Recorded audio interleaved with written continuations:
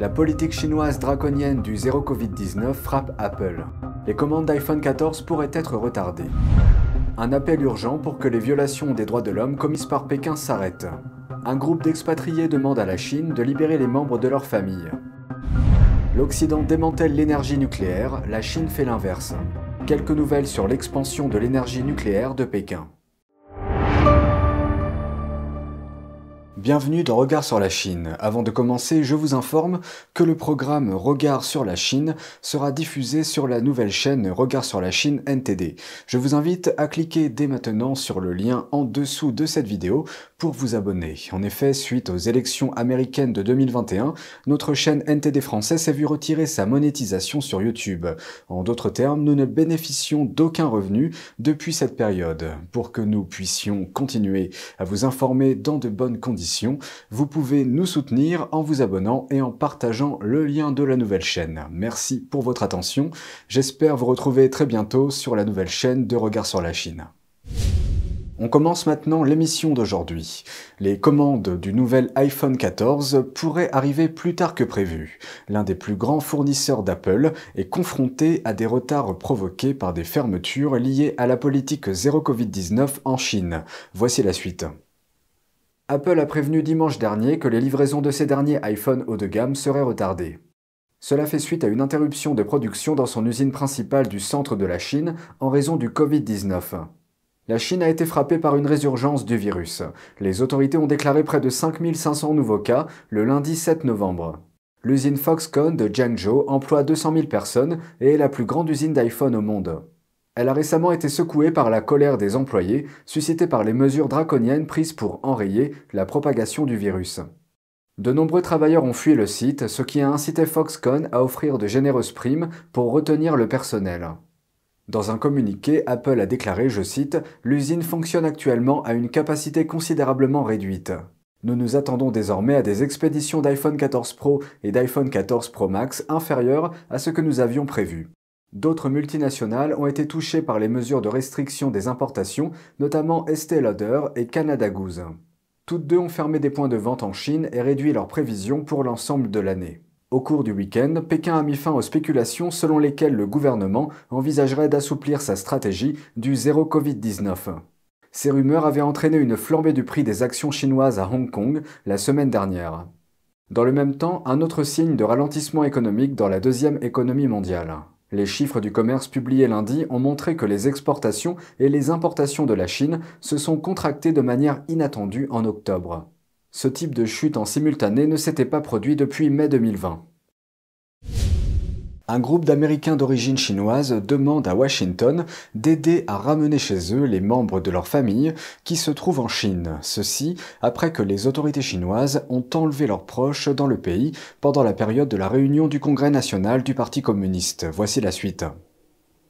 Les membres des familles ont appelé à la libération des prisonniers de conscience détenus dans les prisons chinoises.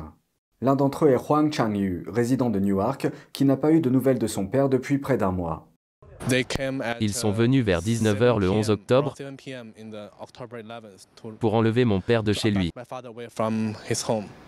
Selon sa tante, la police de la capitale, Pékin, a enlevé son père de 66 ans, nommé Huang Yongchang, pour sa croyance spirituelle dans le Falun Gong. Ils l'ont enfermé dans un centre de détention.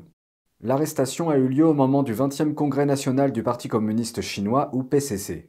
Les persécutions politiques généralisées précèdent souvent les grands événements politiques dans ce pays communiste. Mon père envoyait des messages sur les réseaux sociaux. Il a fini par être remarqué par la police, mais je n'en connais pas la raison réelle. Pour l'instant, nous essayons toujours de voir pourquoi la police est venue chez nous. C'est notre hypothèse. Huang n'a pas perdu l'espoir de reprendre contact avec son père, malgré les restrictions imposées aux membres de sa famille pour lui rendre visite. À travers mon appel, j'ai l'espoir que le gouvernement américain puisse aider à atteindre le gouvernement chinois, le président Xi et le poste de police local pour leur dire de libérer mon père qui est innocent, qui fait simplement du bien à la société et qui persiste dans sa croyance en la vérité, la compassion et la tolérance à travers la pratique du Falun Gong. Liu Jietang, une résidente d'Alameda, demande la libération de sa mère de 56 ans, Kong Qingping.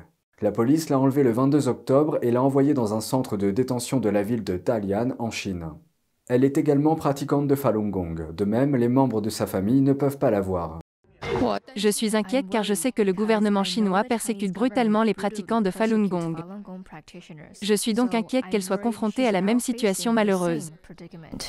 Les amis et les familles ont exprimé leur grande inquiétude pour la sécurité du professeur Huang et de Madame Kong. Ils craignent qu'un procès n'ait lieu pour servir d'exemple, une formalité courante dont souffrent les prisonniers de conscience en Chine.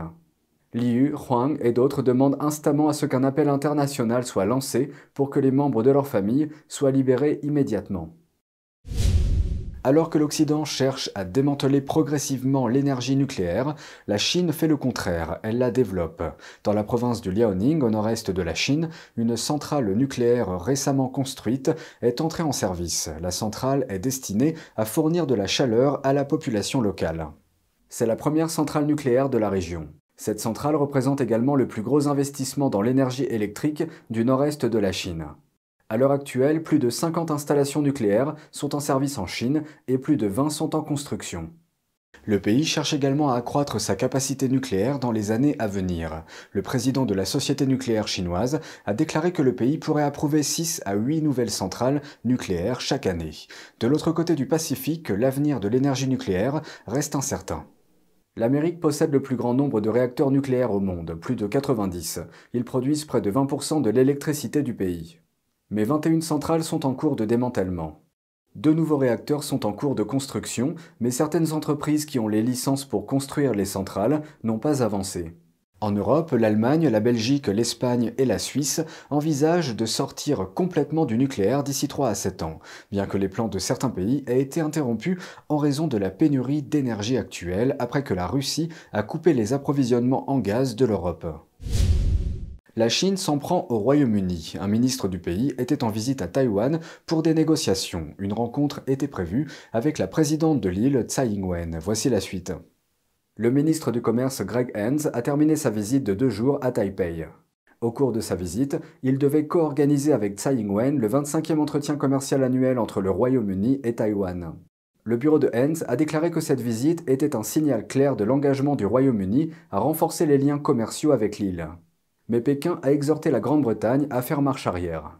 Le régime considère Taïwan comme son propre territoire et s'oppose fermement à toute interaction officielle entre Taipei et les gouvernements étrangers. Pékin revendique Taïwan comme son propre territoire et a menacé de l'annexer par la force. C'est tout pour aujourd'hui, merci d'avoir suivi Regard sur la Chine. On se retrouve demain pour une nouvelle émission. Prenez soin de vous et à bientôt.